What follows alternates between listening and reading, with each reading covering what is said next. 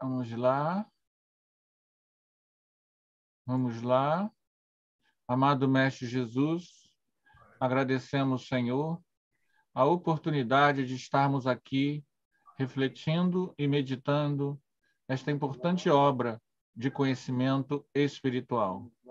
Ajuda-nos, Senhor, a estarmos juntos, aprendendo,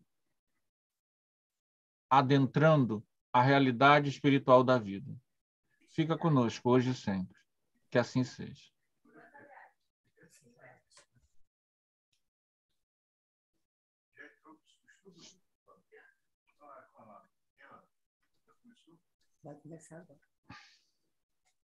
Então, hoje nós vamos continuar nossos estudos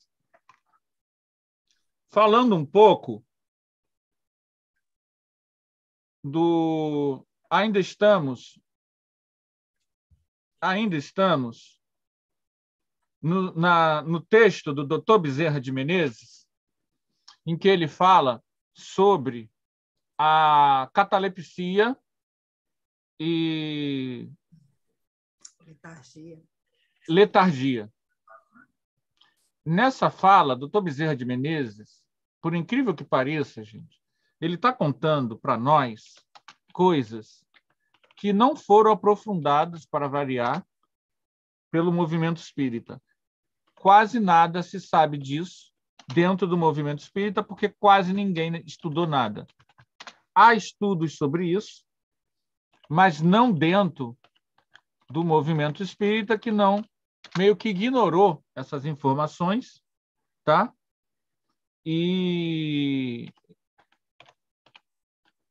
Mas já há, ao longo do tempo, muitos estudos que vieram posteriormente dos meios espiritualistas sobre a questão do estado sonambúlico, da catalepsia e da mediunidade. Já há, depois disso, estudos ainda tímidos, devido ao próprio desinteresse dos companheiros no tema, mas já há, sim, algum estudo sobre isso.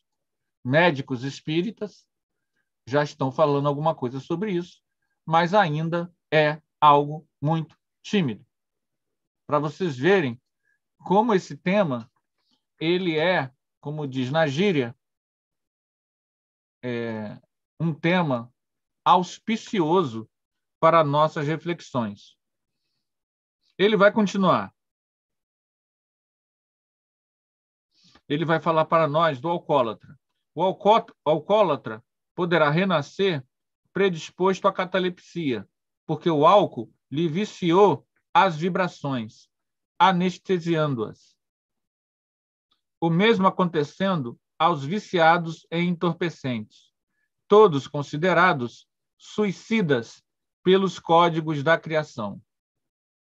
Em ambos os casos, a terapêutica psíquica bem aplicada, mormente a renovação mental, influindo poderosamente no sistema de vibrações nervosas, será de excelentes resultados para a corrigenda do distúrbio, enquanto que a atuação espírita propriamente dita abrirá novos horizontes para o porvir daquele distúrbio, que evoluirá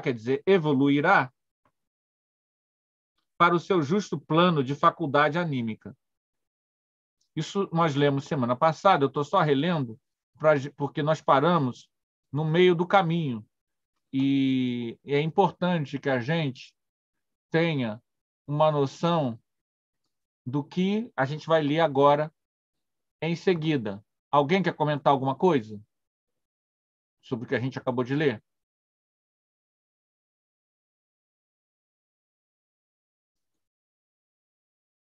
Eu não estou vendo vocês, que eu estou procurando. Eu acho que eu não tenho. Jaqueline, se você por acaso tiver o Recordações e Mediunidade em PDF, você pode compartilhar, tá? Porque eu acho que eu não achei. Eu não achei. É bom, mas para estudo, às vezes não é, né? Eu não achei, não. Então, deixa eu olhar vocês. Você quer que eu te mande? Pode compartilhar aqui para a gente. Mas manda para mim também, que eu quero ter. Vou mandar, que aí você compartilha. Espera aí. Vai mandar por onde? Vou mandar pelo Zap. Pelo Zap? É. Ô, Laís, quer continuar? E tudo isso fazendo parte... Tá.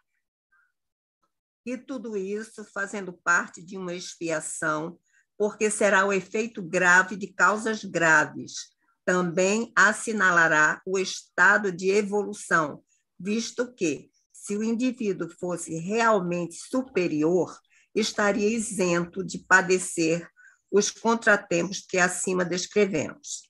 Todavia, repetimos, tanto a catalepsia como a letargia, uma vez bem compreendidas e dirigidas, quer pelos homens, quer pelos espíritos superiores, transformar-se-ão em faculdades preciosas, conquanto raras e mesmo perigosas, pois que ambas poderão causar o desenlace físico do seu paciente se uma assistência espiritual poderosa não resguardar de possíveis acidentes. A letargia, contudo, presta-se mais à ação do seu possuidor no plano espiritual. Laís, vamos comentar um pouquinho isso daí? Isso. Sim, eu queria que vocês explicassem isso aqui, do perigo. Nós precisamos entender que o maior problema não é o transe sonambúlico, não é o transe sonambúlico que traz o problema. O problema é o estado catatônico e patológico que certos processos neurológicos deixam o espírito. Esse que é o problema. Então, os faquires indianos conseguem, há relatos que dizem que muitos faquires, muitos indianos, conseguem, com relativa... conseguem diminuir o seu nível respiratório a condições absurdas e o nível de alimentação. Então, já um faquir que fizeram vários testes com ele, e ele entrava em estados de não precisar, né, de alimentação e níveis de respiração impressionantes. Impressionantes. O problema é que eles treinam isso para chegar a esse nível, eles treinam isso anos a fio, até se tornarem expert nessas faculdades. A catalepsia, ela vai levar a pessoa a um transe em que certas faculdades vão ser reproduzidas e a pessoa não tem nenhum domínio sobre este processo, porque ele tem muito de mediunidade e tem muito de assédio. Então,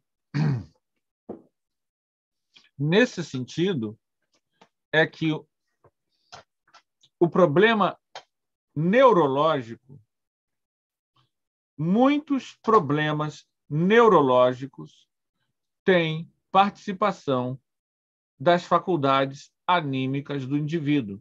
Então, você está falando do cérebro, mas, para além do cérebro, a pessoa tem problemas dentro do seu organismo perispiritual. E tem problemas dentro da facilidade de assédio a ela. Uma vez, um aluno Ele entrou num transe epilético. Ele era um aluno de mais ou menos 16 anos, todo fortinho, todo musculoso. E ele estava muito atrasado, ele estava na 8ª série.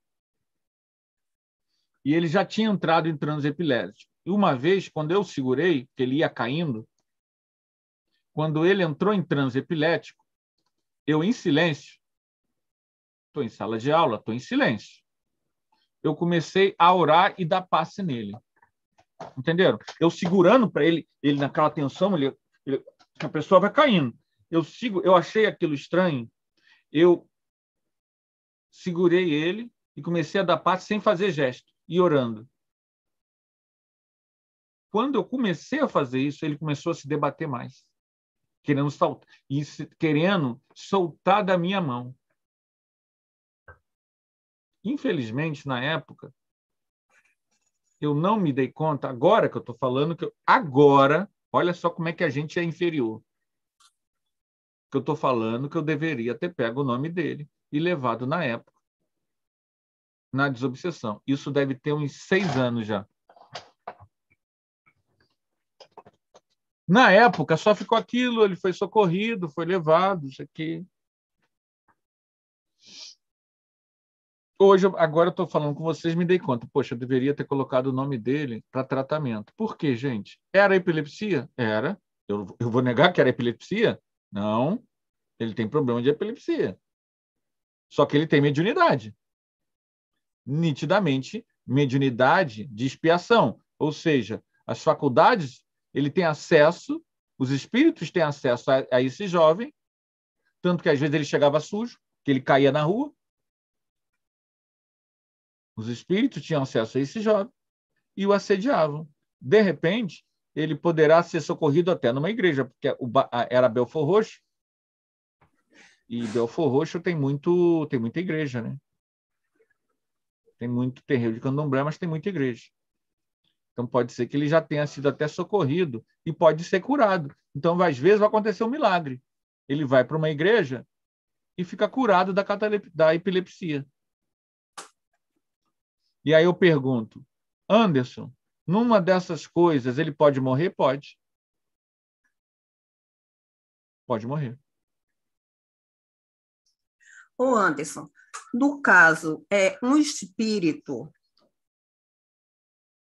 desse tipo que você falou aí, ele pode, porque, na realidade, a epilepsia, resumindo assim, mal e porcamente, seria um curto-circuito, né, do cérebro. Eles podem induzir a que isso aconteça? A pessoa tem que ter o problema. Tendo o problema, tem que ter dívida. Tem a isso, né? Oi? A pessoa tem que ter já uma predisposição física a isso. Sim, a pessoa tem que ter o problema.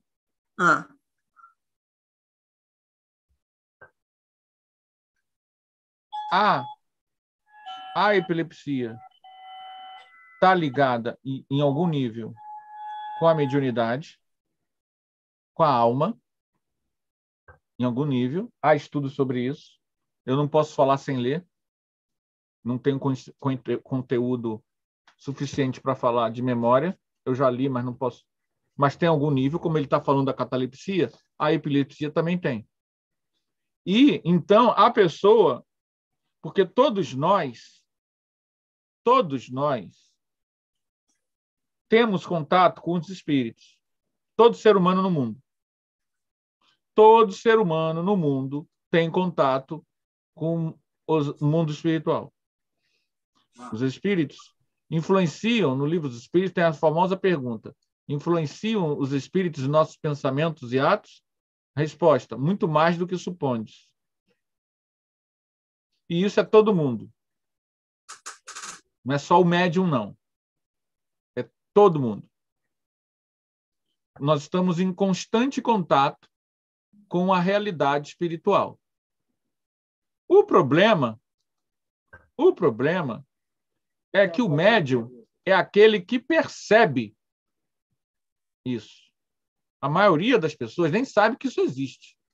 Ou quando sabe, pensa que é anjo ou demônio. O que bloqueia muito essa visão de anjo e demônio e dá muito medo. A maioria das pessoas, todos nós já vimos filmes de terror que acabam criando muito bloqueio das pessoas a essa realidade. Mas conceito número 1, todas as pessoas têm acesso a isso, apenas não percebem. Isso não é uma influência ostensiva em termos de percepção. Você não percebe, mas ela está lá. A influência está lá. Ok. Outro ponto, vamos para juntar a nossa sopa intelectual. Quem tem esse distúrbio por algum motivo. Há alguma coisa ali que aquele espírito que traz esse distúrbio precisa aprender com aquele distúrbio. Provavelmente, muito provavelmente, não é prova, não é um desafio de crescimento, mas uma expiação de alguma coisa que ele mexeu no passado. Aquele espírito tem esse distúrbio como consequência de algo que a gente não sabe o que é. E esse distúrbio, esse algo que a gente não sabe o que é, que leva a ele ter a epilepsia, normalmente tem gente desencarnada que não o perdoa. Então, alguns casos, aliás, isso é muito frequente, é tão frequente que eu pretendo ler um livro que fala sobre isso, um livro de uma autora brasileira que fala sobre... Já ouviram falar o Holocausto Brasileiro? Vocês já ouviram falar? Alguém aqui já ouviu falar, gente? Eu já ouvi falar. Eu Então, vi o filme. Acho que tem um filme. tem um documentário. É um documentário. E... Da Nésia, como é que é? Nésia, né? Nise da Silveira? Nisa Não. Silveira, é. Não. O Holocausto Brasileiro é de uma pessoa que eu sigo no Instagram. Eu vou compartilhar com vocês a capa. Eu achei a capa do livro. Eu acho que vale a pena, até pelo que eu estou falando, vale a pena a gente saber. Por quê? Nas reuniões mediúnicas, a gente tem percebido como tem pessoas que hoje têm problemas como epilepsia, que em algum lugar do mundo trabalharam em manicômios no século XVIII e XIX. Tá? Estão vendo aí, gente? Uhum. Holocausto Brasileiro, genocídio, 60 mil mortos no maior hospício do Brasil. Daniela Arbex, isso virou um documentário. Eu estou falando sobre isso. Eu vou comprar esse livro. Por quê? Porque já faz muitos anos que eu tenho visto em reunião mediúnica como chegam pessoas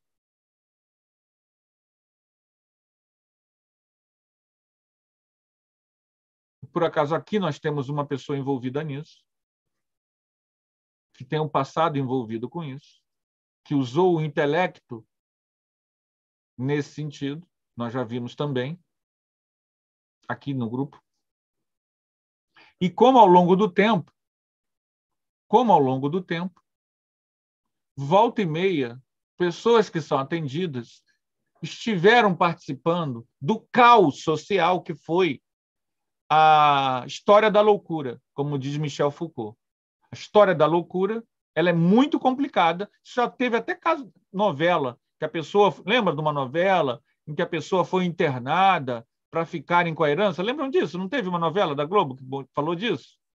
Então, o Michel Foucault, grande pensador, ele fala sobre isso. Como a loucura ela foi, por exemplo, o homossexual, no século XVIII, XIX, ele perdia a guarda de si mesmo. Porque o pai dizia que estava louco e o cara ficava lá e morria lá, no hospital psiquiátrico. Pessoas famosas. Pessoas famosas. Não é nem gente, é gente assim, que era pintor, que era artista, que a família pegava e internava, o cara perdia a guarda de si. Isso gerou muito ódio. São milhares de pessoas que cometeram erros gravíssimos com outras pessoas. Só estou falando século XVIII, XIX e XX. Então, muitas vezes, essa pessoa ela tem uma participação em algo assim. E o que é pior, nem todo mundo perdoa ela. Está entendendo, Laís? Então, ela traz um distúrbio perispiritual devido à consciência culpada por ter usado. E, gente, aí entra um problema que eu gosto muito, que é a lei de causa e efeito. Não interessa. Ah, mas naquela época achava que arrancar os dentes todos da pessoa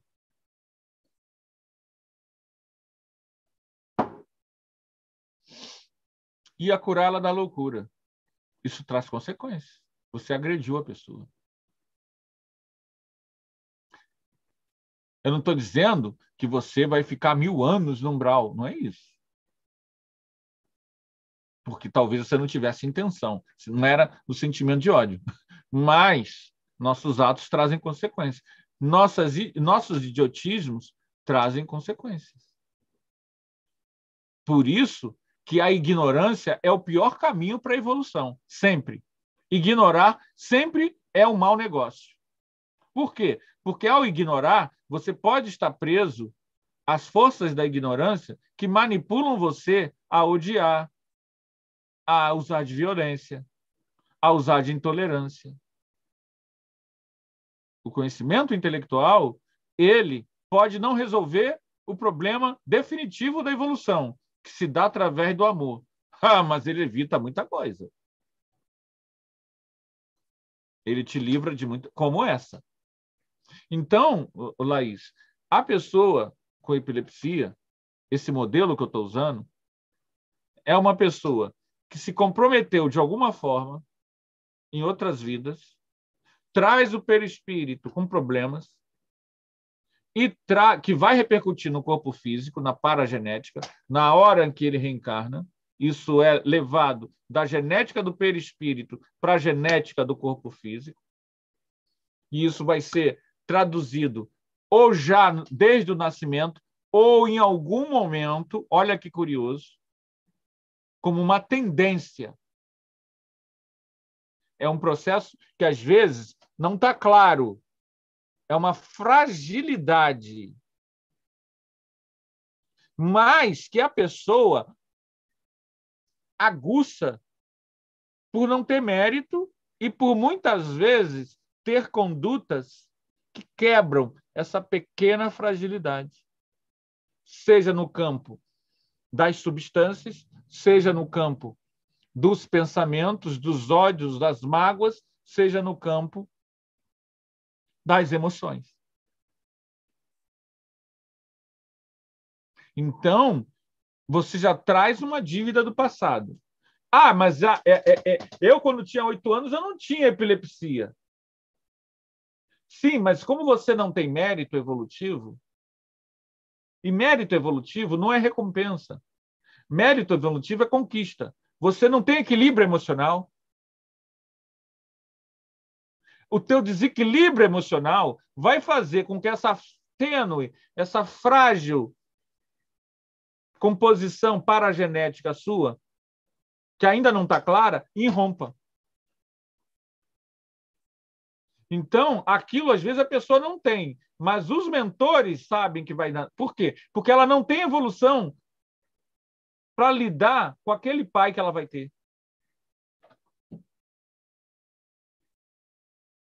É interessante, né, essa teia de causa, efeito, livre-arbítrio. Eu acho fascinante isso. É fascinante. Porque você começa a perceber que sim, é neurológico, sim, é físico, mas sim, é paragenético, é de origem espiritual, do perispírito do indivíduo e é obsessivo. Por quê? Porque ele só tem isso porque ele criou coisas, ele fez coisas que a gente não sabe o que é, que levaram a ele ter pessoas que o perseguem lá do invisível. E obsessão mata. Obsessão não é algo que o espírito só assombra. Às vezes, a intenção de obsessor de vida passada é matar a pessoa, destruir a pessoa. Não se iludam sobre isso. E muitos conseguem. Então, Dr. Bezerra de Menezes, quando ele nos fala sobre os riscos, está ligado a isso. Um dos principais riscos que a gente pode ter é justamente a gente não ter o devido equilíbrio, não ter o devido controle, não ter condições evolutivas, emocionais, intelectuais de lidar com situações e nem querer lidar com essas situações. Então, a melhor forma de lidar com isso é a medicina humana, com todos os recursos que tem hoje para lidar com essa situação, e a espiritualidade, a busca pelo caminho espiritual. Vejam bem, eu não estou falando necessariamente que tenha que ser a mediunidade e o caminho espírita. Pode ser meditação, pode ser o budismo, pode ser a Umbanda, pode ser o catolicismo, pode ser o pentecostal, desde que a pessoa esteja lá com amor, com seriedade, que ela busca a transcendência, pode ser a psicologia transpessoal, pode ser a meditação vipassana, pode ser muita coisa, mas que a pessoa busque acessar níveis de consciência superiores para fazer as devidas cicatrizes do perispírito.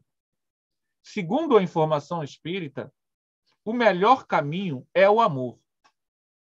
A melhor forma da gente cicatrizar essas paragenéticas doentias é o amor.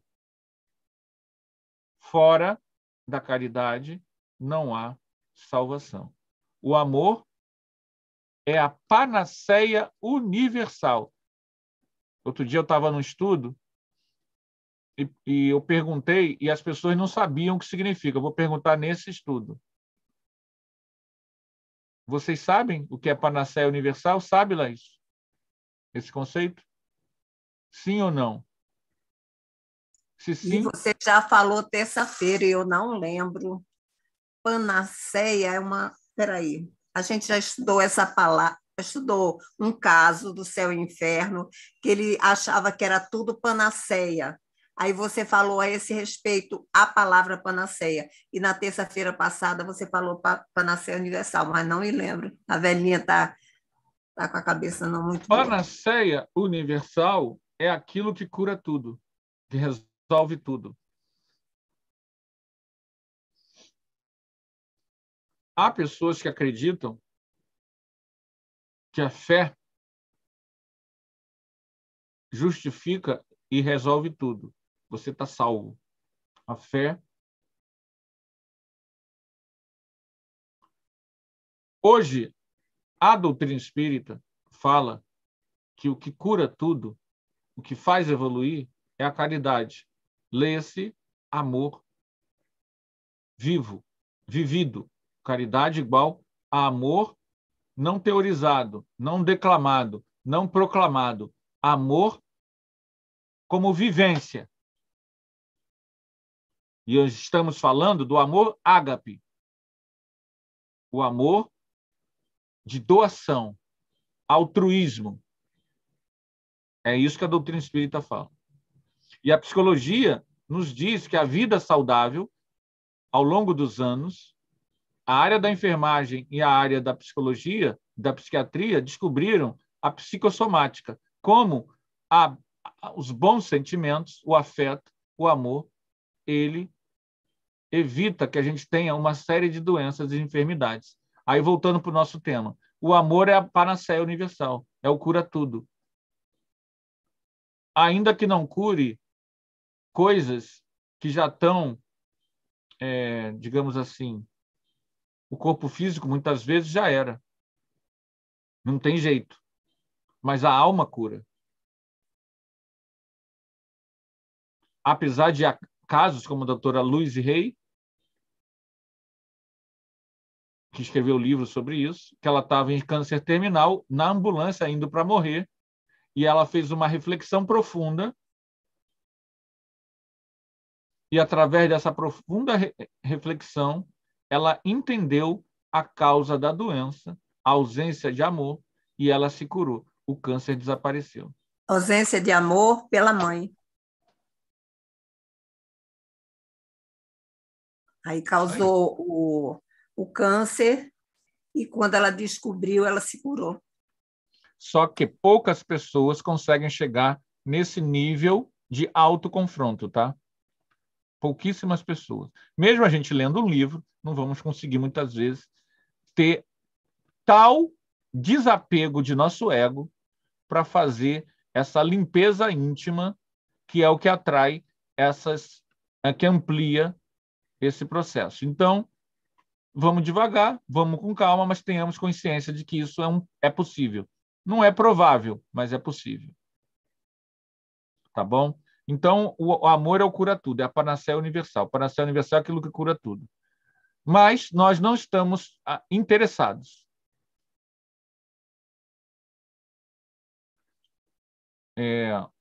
Vamos lá.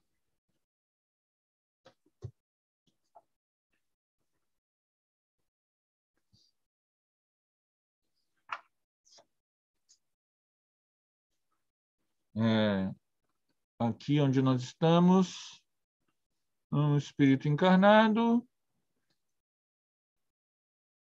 Aqui.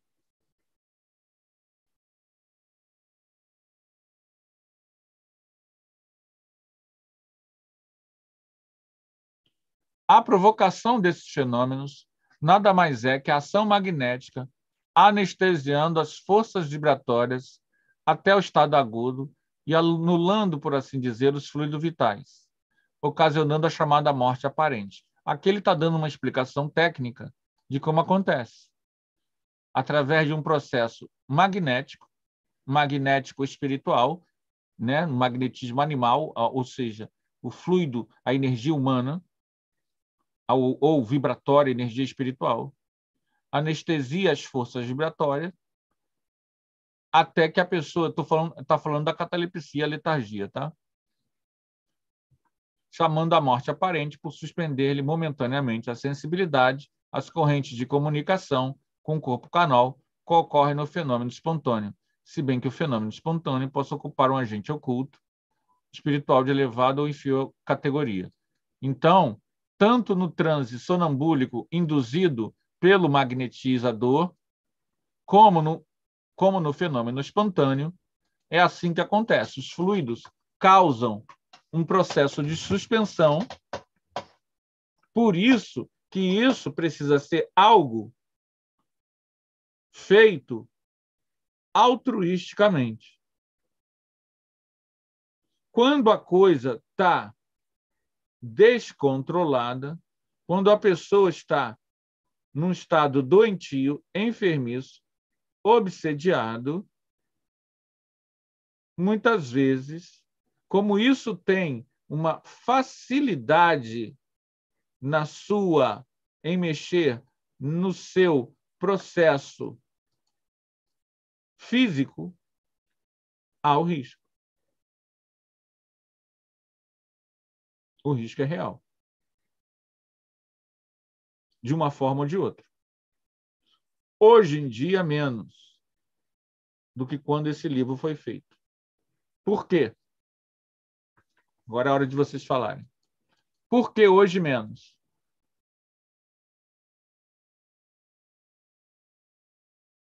do que nos anos 40, 50. Porque a catalepsia ou letargia, o nome que quiser dar, não importa, que é a imobilização geral do corpo, aparentando uma morte, muitas vezes até mesmo levando a um cheiro mau, não leva hoje tanto à morte quanto na época que o livro foi escrito. Porque hoje assim, Pode falar. as pessoas não enterram quem está assim, porque Sim, a gente foi enterrada viva com os parentes achando que estava morto, né? sim. Tem mais coisa. A morte hoje é como, gente, como é que hoje é morto? É só parar de respirar? Não. Hein, gente? Ajuda aí. Tem que parar o funcionamento do cérebro. Exatamente. Exatamente. Hoje nós temos sistema avançado. Há erros. A gente vê aí a senhora que foi considerada morta estava viva ainda, né? Quando correram com ela para o hospital, ela morreu, né? Há erros. Mas hoje a medicina está muito avançada, gente. Então, hoje, ao contrário do que o doutor Bezerra está falando aqui, o avanço da medicina meio que impede que a gente confunda um estado de coma profundo com morte. É muito mais difícil você morando numa cidade grande, as pessoas te enterrarem porque você está num estado de catalepsia profunda, porque a morte é cerebral, coisa que não tinha recurso nessa época. A ciência avançou, podem ficar tranquilas. Laís e Dora, eu estou falando tranquilas porque eu estou olhando aqui para vocês duas que estão com a câmera aberta. Laís e Dora podem ficar tranquilas. A ciência avançou, tá? Se vocês têm um plano de saúde, é mais difícil. Ah, mas eu não tenho plano de saúde. Ih! Brincadeirinha, brincadeirinha. Mesmo nos locais públicos, os recursos hoje, dificilmente você cai nessa dificuldade. Ok, gente? Ok?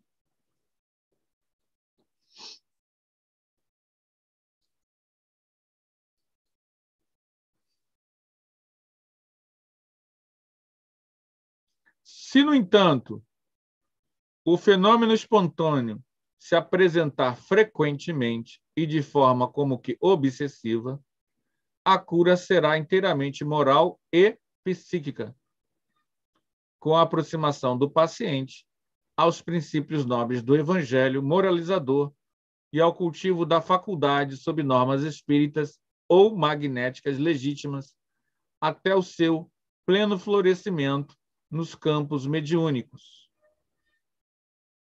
Então, alguns problemas de distúrbios do campo, do sono, do sonambulismo, da catalepsia,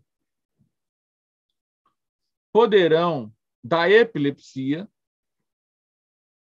poderão ser sanados através do auxílio terapêutico dos passes. Passe magnético, feito da forma como a gente comentou no estudo anterior, num ambiente de profundo amor, num ambiente em que se consiga manipular o ectoplasma sem perdê-lo, porque quando o ambiente não tem a profunda concentração, unção, tranquilidade, boa intenção, mesmo que os espíritos tirem o ectoplasma, muito dele se perde. Esse é um detalhe importante.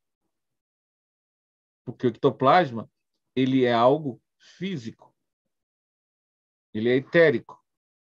Então, para a manipulação devida em alta quantidade, para certas curas, o ambiente tem que favorecer escuridão, de preferência total, ambiente extremamente resfriado,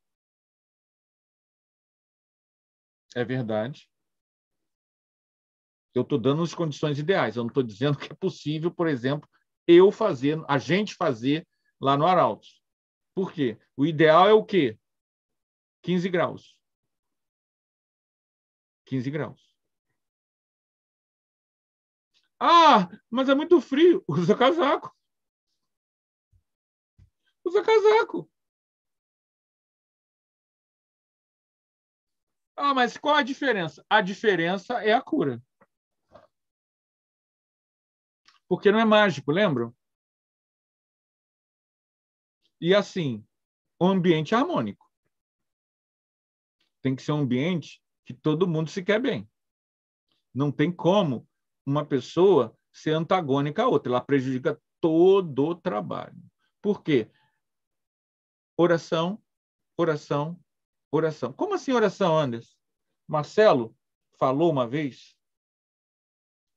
Eu sei que eu estou ao vivo, Marcelo, mas não estou falando bem. Então, acho que não tem problema. O Marcelo frequentou Toca de Assis. Foi isso, Marcelo? E aí, o Marcelo disse que era oração o tempo todo. Não era isso, Marcelo?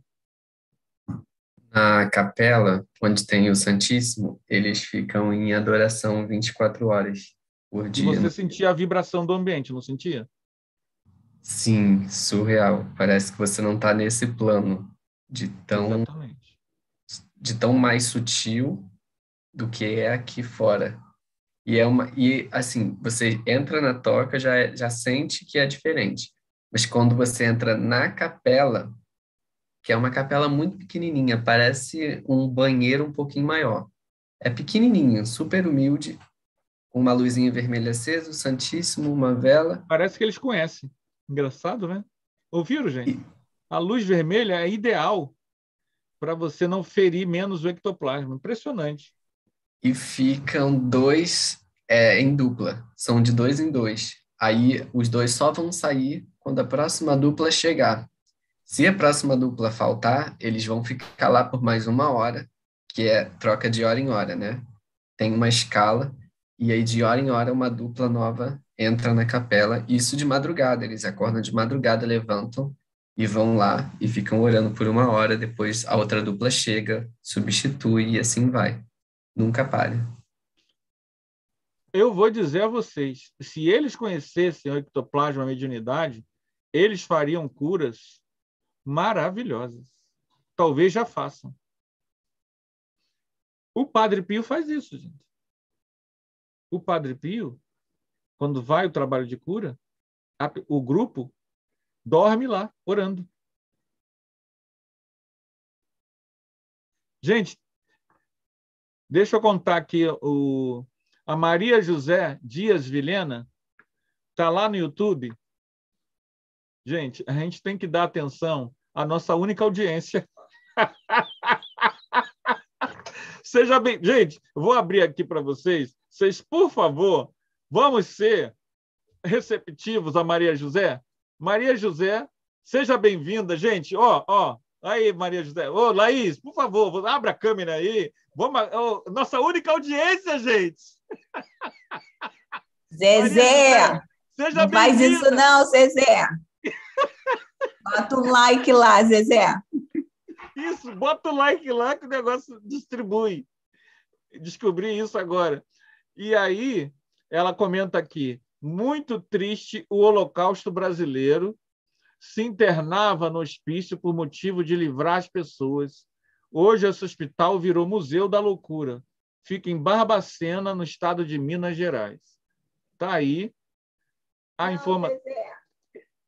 informação da Maria José para a gente sobre isso daí. Já vale a pena a gente ir lá em Barbacena, né? Se não me engano, Barbacena tem também um museu lá ligado a Santos Dumont. Ou será que eu estou me enganando? Não. Eu acho que tem, enfim.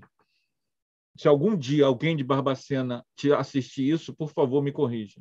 Mas, segundo a informação de pelo menos esse museu, já tem um motivo para a gente ir lá conhecer Barbacena, é esse Museu do Holocausto. Mas, se vocês forem algum dia, orem muito para não ter nenhum problema. Esses ambientes são pesados.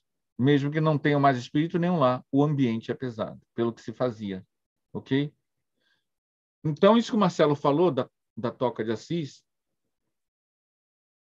gente, se você fizer isso, se você no ambiente escuro ou com a lâmpada vermelha, refrigeração bem baixa, o mais baixa possível. Eu estou dando já toda para fazer uma sala de cura. E isso que ele falou de revezamento de prece, só entra e prece. Pode até fazer o seguinte, uma leitura e o prece, porque às vezes a pessoa não aguenta. Leitura e prece, leitura e prece, leitura e prece. Algumas horas o ambiente limpa.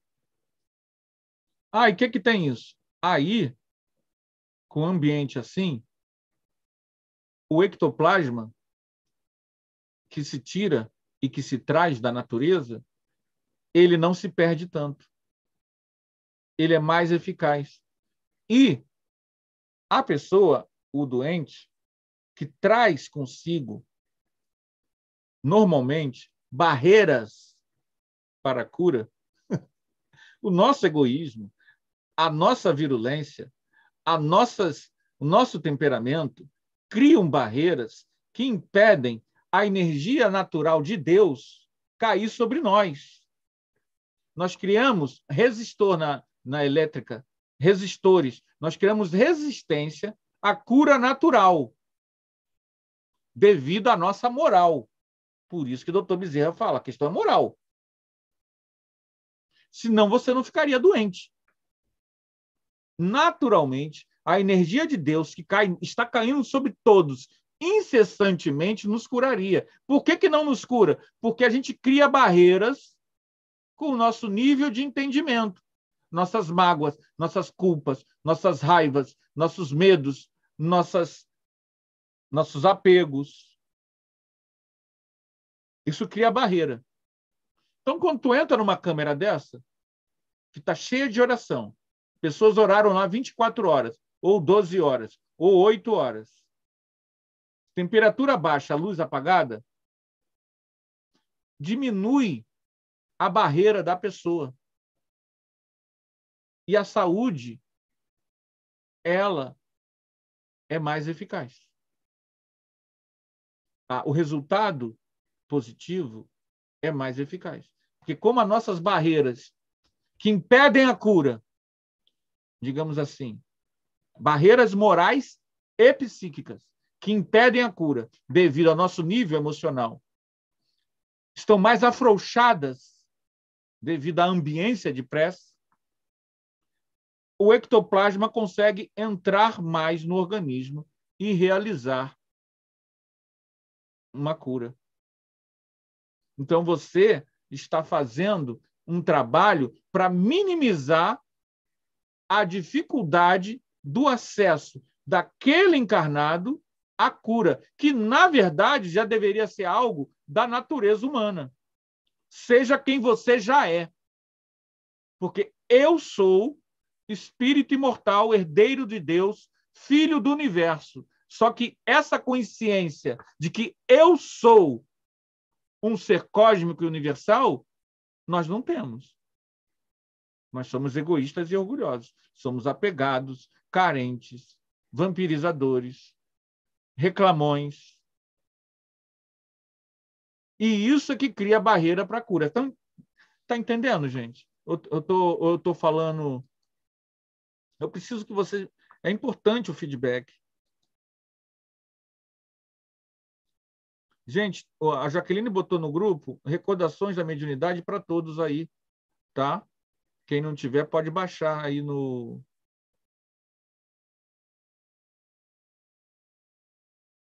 Maria José esclareceu aqui. Obrigado, Maria José. ela está dizendo para a gente que o Museu de Santos Dumont fica na cidade de Santos Dumont mesmo, 1 hora antes de Barbacena. Então, o Museu de Santos Dumont fica 1 hora antes. Tá? Eu cometi um erro, me perdoem. Mas tem alguma outra coisa em Barbacena, não me lembro o que era, um ponto turístico lá. Mas eu não me lembro agora o que era.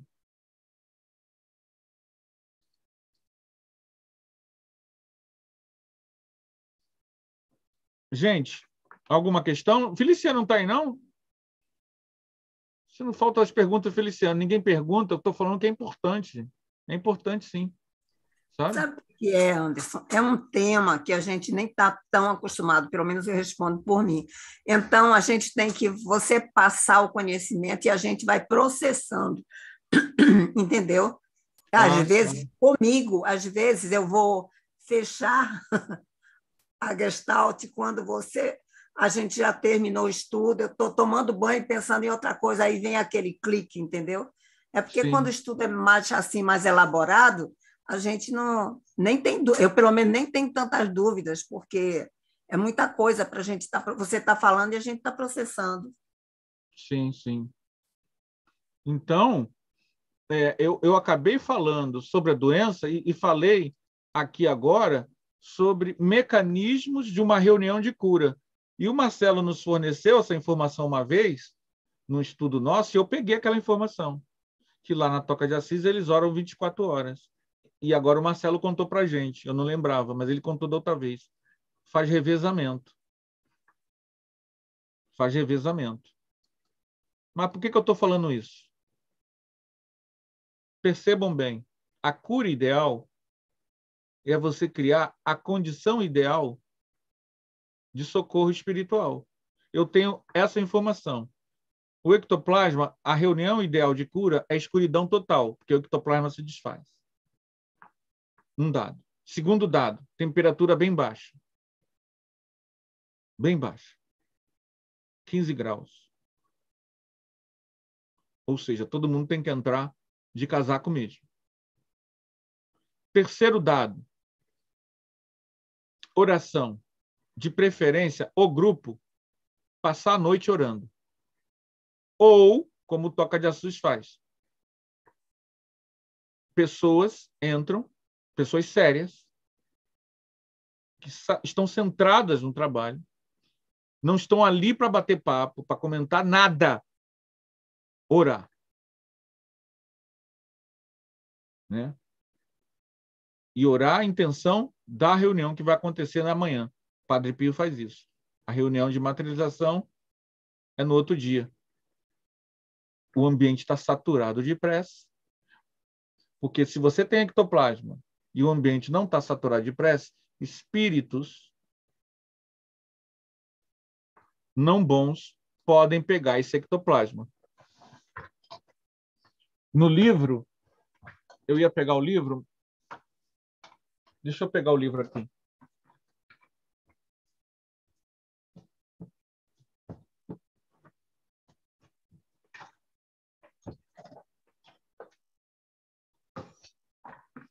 Eu acredito que eles tenham lançado uma edição mais nova, mas não reparem ao companheiro aí que está vendo na internet o estado do meu livro. Esse livro é muito antigo. Luiz da Rocha Lima, A Luta contra a Bruxaria. Estão vendo aí a foto?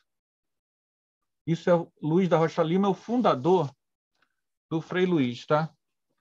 É o fundador do Frei Luís. Fica assim mais bonitinho. Isso aqui materializou lá, tá? É a Antigoécia. Tainá me perguntou, o que é Antigoécia? É isso aqui. E nessas reuniões que eles fazem a materialização, às vezes, de coisas ligadas à magia, se materializava. Você lendo o livro,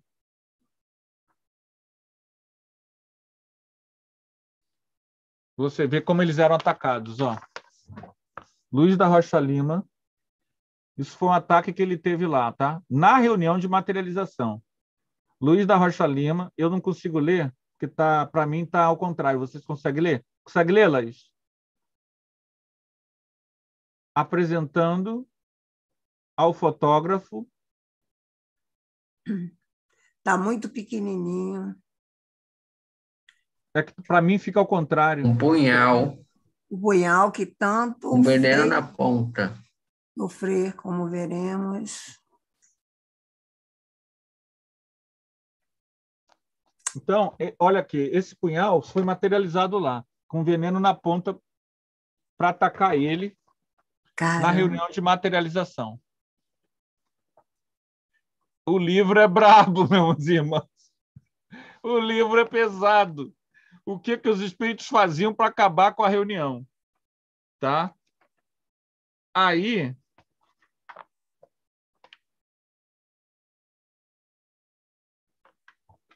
tudo materializado. E aí, vocês vejam o que um homem curioso não faz. Eu li isso tudo, li tudo. Tem um outro livro que é Memórias de um Presidente de Trabalho, dessa grossura. E a gente está falando aqui coisa que a gente tem estudado há 30 anos. Eu só estou falando isso porque a gente acumulou informações, não só do movimento espírita, mas de várias pessoas que trabalham com ectoplasma no Brasil e fora do Brasil. Então, essas informações que a gente está dando aqui gratuitamente, você não está pagando nada, e por isso parece que tem pouco valor, foi acumulado ao longo de muitos anos de pesquisa. Tá? É só para o que a gente está transmitindo ao vivo, e é bom falar. Então, o que acontece? Isso que a gente está falando minimiza isso daí. Entendeu? E tem ligação direta com o que aconteceu conosco na quinta-feira, que eu comentei. Entendeu? E aí o que acontece? A gente precisa criar, para melhor ajudar, o caminho do evangelho a sério na nossa vida. Porque quanto mais eu levo a sério o amor, a abnegação, a fraternidade, a caridade, mais eu crio também dentro de mim barreiras de proteção contra a turma inferior que quer, entre outras coisas, incendiar o planeta. Essas forças todas que lutam contra, que pregam caos, que pregam racismo, que pregam intolerância, que índio tem que morrer, que pregam envenenamento. Espíritos pregam e tentam envenenar os rios. A coisa é muito complicada. E são esses espíritos desencarnados que têm reencarnado e têm tentado lutar para que o mundo chegue à transição, à regeneração. Então, nós temos uma luta que é, primeiro, a nossa espiritualização e, segundo, contra as forças da ignorância que idolatram a violência e o não livre-arbítrio. A pessoa... Quando é que você não tem livre-arbítrio? Quando você está numa ditadura. Então, na Coreia do Norte, eu vi um vídeo sobre a Coreia do Norte, e você lá não tem o teu livre-arbítrio é muito limitado. E isso estagna o teu processo evolutivo. Porque o dominador de consciências, ele é, acima de tudo, um vampirizador. Ele domina a consciência porque ele vampiriza, ele drena. Esteja encarnado, esteja desencarnado. E quanto mais ele te coloca preso, ou no manicômio, ou numa ditadura, ou em qualquer outra coisa, ou numa seita religiosa, mais ele te vampiriza. E atrás dele há espíritos piores do que ele, que criam todo aquele processo de vampirização das consciências. Esses espíritos existem aos milhões, espalhados pelo mundo todo. Então, a democracia, onde você tem liberdade de escolher e de opinar, ela é um apanágio do processo evolutivo do espírito, que precisa escolher. Eu tenho que decidir para assumir a responsabilidade das minhas escolhas. Se eu coloco na mão de um general, de um ditador, de não sei quem, o meu destino, eu estou abrindo mão do meu processo evolutivo. E era isso que acontecia no passado. Exemplo, todo o Frei Luís, de onde vem esse livro, Dr. Paulo Frutuoso fala, todos eles estão ligados às atrocidades feitas durante a Santa Inquisição. Se você assiste uma palestra do Paulo Frutuoso, ele vai falar isso. Então, todo o trabalho que o Luiz da Rocha Lima implanta com Frei Luís é para ajudar aqueles trabalhadores a se redimirem do que fizeram durante a Santa Inquisição. Muito provavelmente, eu estou só especulando, que Luiz da Rocha Lima e Frei Luís possam estar entre os líderes. E por isso, hoje, encabeçaram essa obra de redenção deles e do grupo. Estão entendendo, gente? Então, a gente hoje, quando faz o bem, a gente está desensinando o que ontem a gente ensinou errado. Então, é uma questão em que você trabalha a informação espiritual e o esclarecimento educativo, formacional, cidadão, em que você começa a entender que evolução tem a ver com o conceito de Jung de individuação, em que eu sou porque eu escolhi ser. Por isso que o caminho espiritual, como eu expliquei para o meu irmão no dia do meu aniversário, ele não é uma conversão. O caminho espiritual, ele tem que ser uma busca. Eu sei que a gente sai um pouco do tema, mas uma coisa levou a outra, que levou a outra, que levou a outra. O caminho espiritual é uma busca. Ela tem que ser feita de coração. Ela não tem que ser feita porque eu quero ser presidente, porque eu quero dominar vocês, porque eu quero ter um harém, ou porque eu quero ter 1 milhão, ou porque eu quero ter uma casa nova, ou porque eu não quero ter sofrimento. Ela tem que ser um processo de transcendência. Eu começando a acessar o ser divino que eu sou por ser herdeiro de Deus. Tudo mais é ilusão. Como dizem os budistas, tudo mais é impermanente. Tudo passa, mas as minhas palavras não passarão. As palavras do Cristo que não passarão é: você é filho de Deus. Então, ame a Deus. E Deus criou a criação. Ame a todos os seres. Qualquer barreira, eu estou repetindo o estudo anterior, me perdoem. Qualquer argumento que eu use para não gostar, para odiar, eu preciso olhar e observar. O que é isso? De onde isso vem? Vamos lá. Então, por isso que o Dr. Bezerra vai falar para nós da questão moral e psíquica. Porque a cura ela começa a ocorrer quando o paciente reduz as barreiras que ele mesmo criou para que a cura aconteça. Porque a cura, Deus quer que a gente cure. Os espíritos superiores querem que a gente cure. Ninguém quer que a gente sofra. A gente sofre devido ao nosso nível evolutivo. A dor não é algo que Deus provoca. A dor é algo que eu, espírito retardatário, crio com meus próprias ações. É o caso do alcoólatra que ele cita aqui, que vicia. Aqui ele diz, se, no entanto, o fenômeno se apresentar de forma como que obsessiva, a cura será inteiramente moral e psíquica, com a aproximação do paciente aos princípios nobres do evangelho moralizador e ao cultivo da faculdade sob normas espíritas, ou seja, da faculdade magnética mediúnica, para servir ao outro. em que você abre mão de qualquer interesse pessoal e o único ou julgamento de quem você está assistindo, tá? Qualquer tipo de julgamento, para ajudá-lo.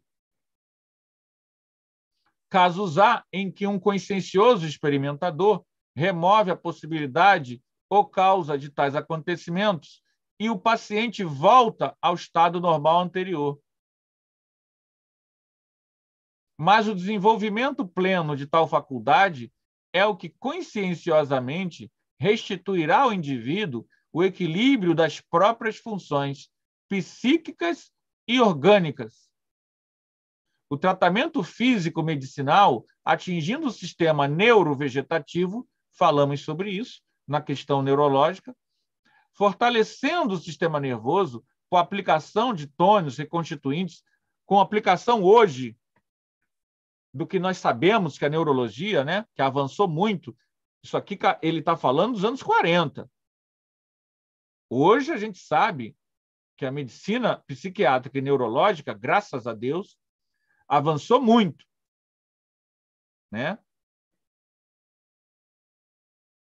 Também será de importância valiosa, visto que a escassez de fluidos vitais poderá incentivar o acontecimento, expressando-lhe afeição de enfermidade. Olha só que coisa interessante. Ele fala de tônicos e ele fala da escassez de fluido vital. Hoje a gente sabe, eu não entendo muito, tá? Então, dei um desconto, eu não sou da área, mas a gente sabe que, por exemplo, há remédios que a gente toma que possuem zinco, que possuem certos minerais que o nosso cérebro tem dificuldade de absorver naturalmente e que criam certas patologias neurológicas. Ele está falando do fluido vital, dos tônicos que repõem. Por quê? Porque você, antigamente, conseguia, pela homeopatia, repor isso que hoje os remédios da neurologia e da psiquiatria fazem. Então, muitas vezes, a medicina ela não tinha. A medicina não tinha recurso? Não. Qual era o recurso da medicina? Deixa eu mostrar para vocês qual era o recurso da medicina.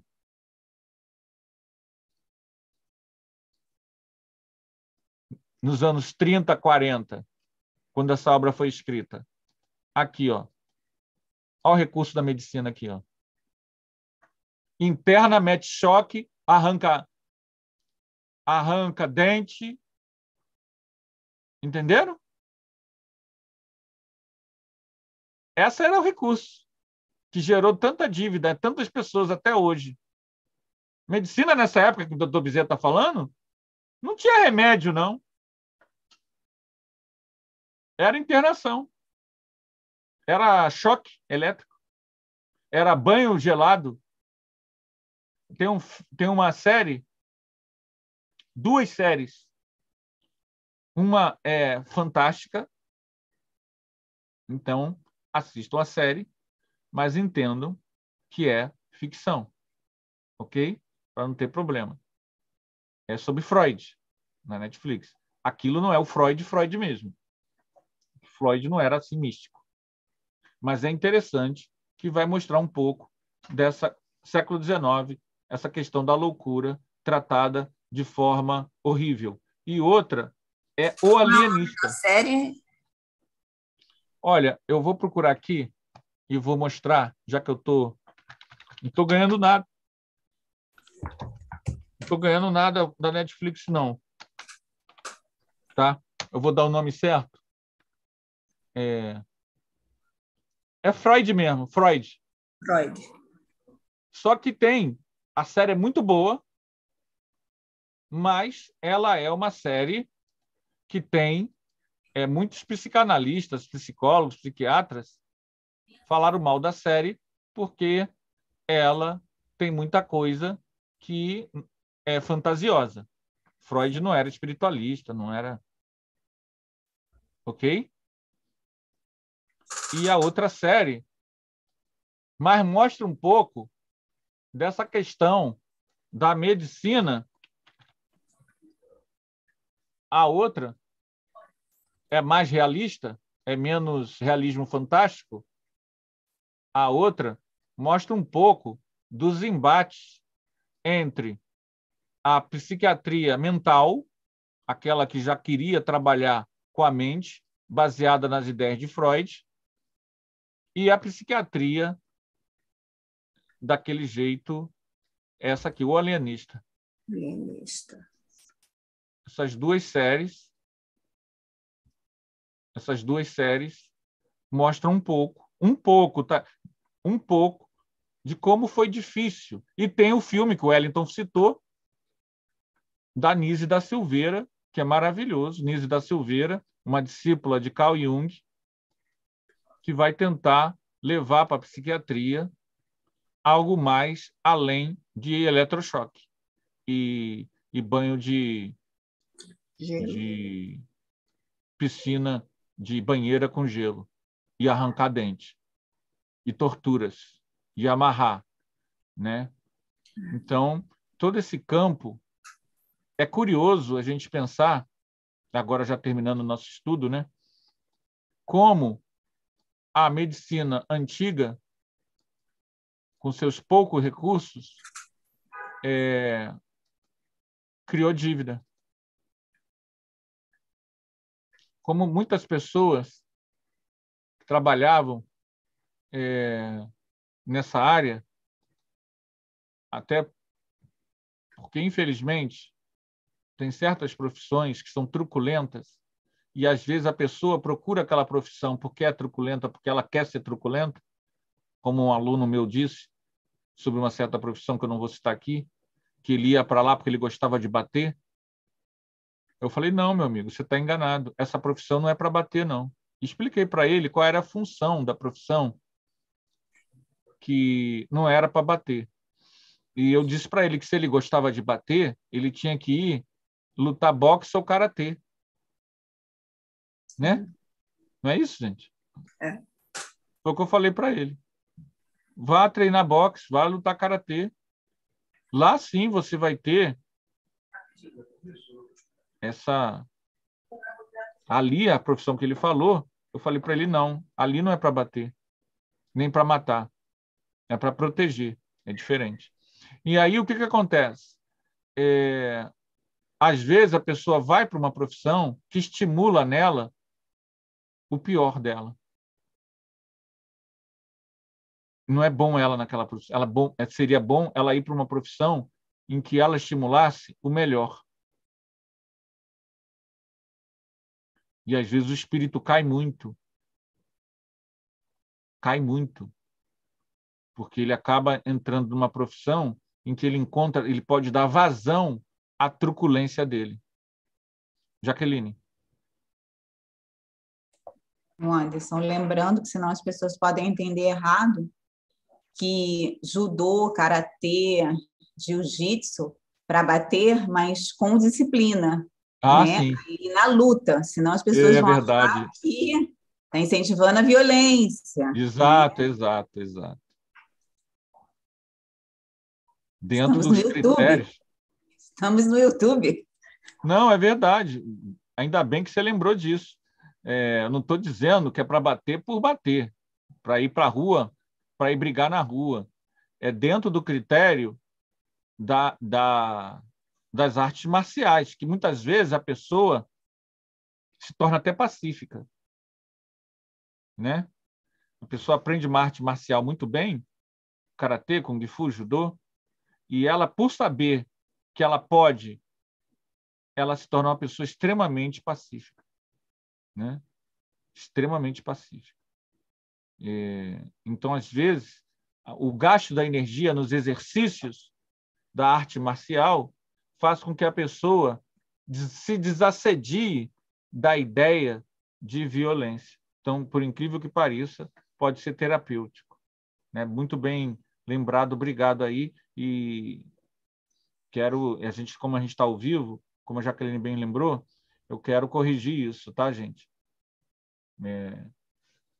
para a gente não ter nenhum problema, até porque a gente é limitado mesmo. Mas é certíssimo isso mesmo. Gente, ficamos por aqui.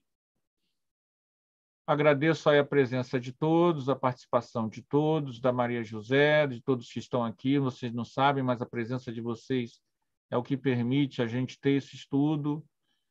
Esse estudo, a gente já falava dele antes da pandemia, não sei se vocês lembram disso. Antes da pandemia, eu já falava do estudo do livro, o livro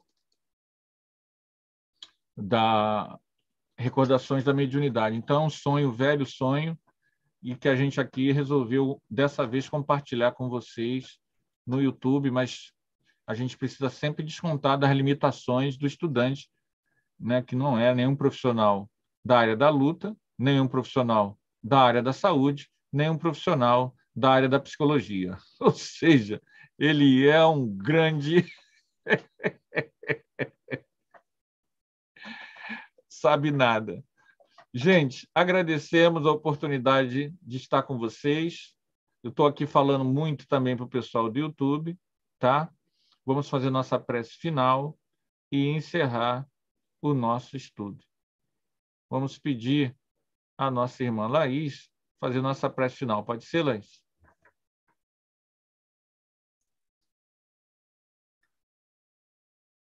Bom e amado Mestre Jesus, somos gratas pelo estudo que acabou de